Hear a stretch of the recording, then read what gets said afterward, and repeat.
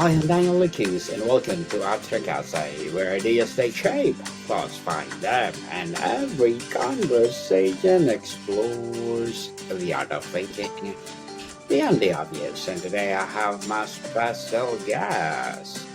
She is a debut author and the author of the book It's Gonna Get Messy, none other than Miss Becca Eve Young. Yay! Welcome to Abstract. Yes, welcome to Abstract Essay, Miss Becca. And can you please introduce more about yourself that I missed? Well, I'm a former corporate strategist turned soulful entrepreneur, and now I am an author. I help other people ditch the corporate grind and create their own dream soulful business, and also do a little speaking. Yes, and Miss Becca Eve Young, thank you so much for sharing your knowledge and wisdom to the world. And today, let's talk about from breakdown to breakthrough. So tell us, what is your book frames about getting messy as a breakthrough? Can you describe a specific nature of your grief that become the catalyst of your book? Yeah. Yeah. So, I mean, breakdowns are oftentimes just the beginning, right? Breakdowns are the moment when you realize, man, my path is not been serving me. I am not happy with where I am headed, and this isn't serving me anymore. So I usually invite the breakdowns now as like, okay, this is a wonderful signal to me that I need to change something in life. And for me, it was, having all the things the society told me I should want, right? All the societal shoulds. I should have the high flying career, the marriage, the house, the clothes, the car, the things, the possessions, the trips, and everything. Until I realized, none of that was bringing me happiness, and I was drastically off course. And so, in a matter of a very short period of time, I lost my marriage ended, got laid off abroad during a global pandemic, and stranded in the desert. I lost a dear friend to suicide. And if that all wasn't enough, a few months later, my dear father dies. And that that's what they call those dark nights of the soul, is when all of that hits, everything is lost. I'm alone in the desert with nobody around but myself and my thoughts. That's for me that's as messy as it, gets. And that's like the pivotal moment of my book, of where I'm like, okay, something has to shift and change, and it's time to go within. It's time to go within to shift what is not working outside of myself. Yes, and share to the world so that people learn from it. You mentioned a supernatural experience that cracked your heart open without needing it to share anything too private. Can you describe the quality of that experience? What is the vision, profound knowing, or a feeling of presence? Yeah. Yeah. So after all that happens, and I am alone, and my father has passed, and as many people do when you're just like on your knees and you're not sure what to do next, I just asked out into the universe to my dad. I'm like, if you're out there, and like, show me. And he came to me, and after his passing, and showed me without a shadow of a doubt, in a matter of a few seconds, the nature of this existence, the nature of life, the nature of humanity, the nature of our souls, the nature of what we came here to do. And that, for me, just absolutely changed my entire view of this existence. I went from atheist to completely understanding that this is just a beautiful moment in time. And everything about my worldview, life view, goals, purpose, all that shifted in that moment. And I will forever be grateful for that moment for the rest of my life. In the immediate aftermath of this heart-cracking experience, did you sense any potential for growth, or was it purely pain? When did you first realize that this grief was different? Yeah. Um, what a great question. In the midst of it, no. I also wasn't, I would say I wasn't fully conscious of, I also at that time, I would say I just wasn't fully conscious. And so I didn't understand the potential for where I was. I knew that in that supernatural moment that my grief over my dad lifted quickly because I knew he was okay. But the learning and what could come from this, and like that this was truly a profound moment, I'd hoped so, but really what happened was the opposite. I actually, that's where like after such a profound supernatural experience, you'd think like, okay, everything is zen and let's go. But everything kind of fell apart for a bit because I didn't know how to function in life with that sort of knowing. It just became hard to get excited about, Netflix and, banking and the supermarket and, all these material things. I was like, oh, who cares? I was like, who cares, And so it took me a while and quite a few learnings to get the learning. It did come. It came in the most epic way, but man, it in my true humanness, it took me a while to get there. That's what I share through most of the book is just how that came to pass, which was a lot of messing up. But for sure, you learned from them for those masks. How did how did this experience shatter the identity you had built for yourself before the grief? Who were you before the crack, and how did you feel yourself becoming in its aftermath? Yeah, it's nuts. It's nuts when you all of a sudden realize that everything that you were doing in life, you're following this script, this play of society that we're all handed, right? That you're male, I'm female, there's these countries and these borders and these languages, and there's this whole script of like what should happen at certain ages. At this age, you should find a partner. At this age, you should get married. At this age, you should have children. Like there's a script that we're all following. That's been given to us that is, based on, society's shoulds. And that's why a lot of times we feel so lost. When you get to that messy middle and you're like, this hasn't been good for me. And I'd realized most of my life I'd been abandoning myself. And a lot of people realize they've been abandoning their true desires.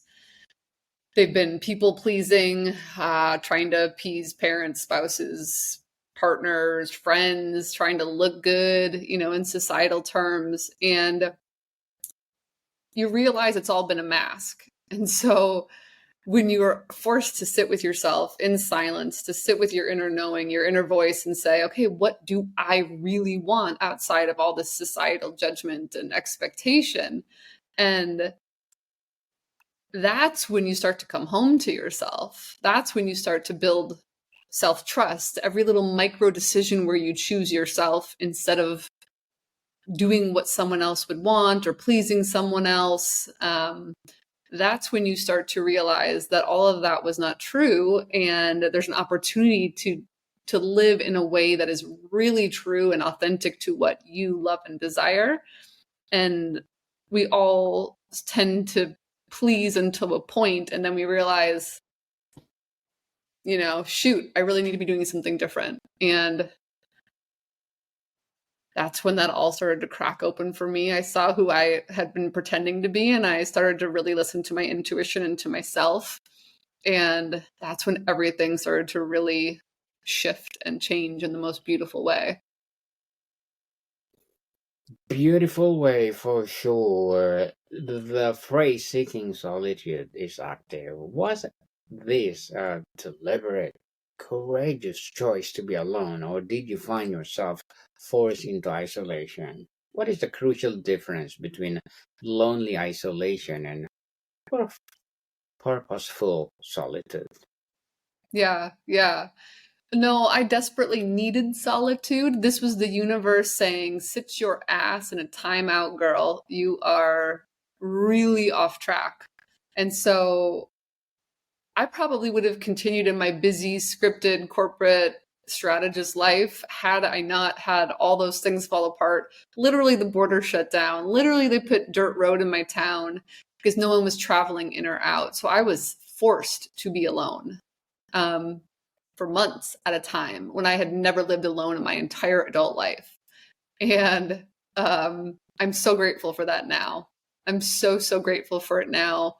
Um, that was the biggest turning point of healing for me. At that moment, though, I hadn't chosen it. I was embracing it, but I was squirmy. I didn't totally like it. But I get to a point in my story where I choose it, where I head to a silent meditation retreat for 10 days. And the woman that I was at the beginning of this book, wasted at a corporate event in Vegas, would definitely not be the woman seeking a 10 days of silence and meditation. So I get to a point where I seek it and I choose it and I love it. And that is not it's not a small, that's not a small feat, but you can get to a point where you build so much self-trust in yourself that there's no loneliness in that. There's just a profound coming home because you realize you're truly never alone. Um, and that's when you can really revel in your company, in your presence, in your heart, in um, your knowing, if you will. So, and when you get to that spot, that's a beautiful thing because you stop pulling and tugging and stealing and begging so much outside of yourself because no one can ever help you with that. It has to come from within. And when you do build that up, it's a profound sense of freedom to not have to need to get that outside of yourself. Miss Becca, how did you discover in the silence that you could never have heard in the noise of your previous life? What was the most surprising insight that emerged from your time alone? Mm. Well, I had been successfully numbing my way through most things with everything. I mean, a packed schedule, Netflix binging every night. I mean, I get it, it has its place, but I mean, like, I walk in, I pour myself a glass of wine, and that's what I would do for the evening. A super busy schedule, going, going, going, like to the point where there was never any silence and alone time. And when you do that, you're just taking in, right? You're taking in content, you're taking in TV and media and listening to other inputs, but you're never actually checking in with yourself. And so for me, once I finally had alone time, I realized at first that I had no idea what I wanted. I had no idea who I was. I had no idea what I desired in this one precious life because I'd always been seeking it outside of myself. And the beautiful thing that I found through trial and error is that the answer definitely always lies within. And we all have this beautiful, perfect internal compass that is guiding us always. Always. It's always there. And if you know how to tune into it and listen, you'll never go astray. There's no way. It's impossible. So once I met that inner intuition and learned how to tune into it, I was like, aha. I did it. I was like, there you are. I didn't even know you were there. You've been there the whole time? You gotta be kidding me. Like, Come ah, on. Come ah. to mommy. Dude, I'm like, I love you. I love you. So, how did you create a container of safety and compassion for yourself during this period? Were there specific rituals or practices that made a solitude feel like a sanctuary instead of a prison? Yeah. Yeah. I meditation first and foremost. I can't express how important it has been for my healing and awareness and connection to my inner compass. I it would be impossible without it. And I know it can be a scary thing for people sometimes, like, meditation, you gotta it's like, no, meditation is messy. It's super messy. It's your mind and it's like chatter and you're all over the place. And it's like everyone thinks it's supposed to be this Zen experience, and it's not. It's not that. But that's okay. There is no like expectation or judgment on meditation. It's just being with yourself. And I started 5 minutes a day, 10 minutes a day, 20 minutes a day. Um, and what it does is allows you to have a little space between action and reaction. And that is where the magic lives, is in that space where you're able to tune into yourself before you're seeking outside or ego takes over. So meditation was magic. Cooking my own food. I know this sounds ridiculous, but I was like so busy in corporate. I would literally just run between meetings and shove a granola bar into my face and like just take out all the time. I mean, like like having my food and cutting it and chopping it and cooking it and spices, like the simplest things. Like I was terrible, right? But like me, like a 2 egg omelet and some veggies, I was like, yes. And um, getting into nature. I was walking every day, just to get out into the sunshine, appreciating the gorgeous like splendor that is nature. And I'm like, I'm like, we usually blow past it, right? But I mean, like, if you really look at nature, a flower, a bird, the detail is just absolutely, I mean, it's better than anything we've ever seen in any museum at any point in life. And so connecting with that, grounding in it, really helped my nervous system calm and come into my own knowing. Um, that was the very, very like beginning of it, right? That was like just, base camp 101. But that's where I was just, because I was used to being in fluorescent lights all day, like in elevators, and like I didn't even know when the sun came up or set. Like, uh, and that much sunlight and being in nature was medicine. So, Miss Becca, tell us, on releasing self doubt and stepping into purpose, what did the voice of your self doubt specifically sound like before this journey, whether it's most common or damaging refrains? Yeah. Well, unfortunately, none of us are immune to this egoistic voice. But man, mine, I think everybody's is, but mine was a particular pain in the ass, and it was pretty constant. Of, you're not good enough, you're not worthy. No one cares what you have to say. I always hated being like on social media, showing up. I love to write, but I hated like this, putting my face out there. Um, and it would just constantly belittle me. And that's a whole interesting journey of like where that voice comes from. Where did you learn that? Oh, shocker, it's childhood. And how to learn to see it, acknowledge it, allow the feelings, because if we plow through it, there's no healing from it, and just um, allow the voice to emerge and to see it for what it is, which is not truth. And we all have that voice, and it's largely bullshit. So largely bullshit, and it's learning to just say, releasing gradually over time the power that it has over you. Yes. And Miss Becca, tell us, how exactly did the release of self doubt become a portal to purpose? Did your Mm. purpose become clear only after the doubt was gone, or was it hidden beneath the doubt all along?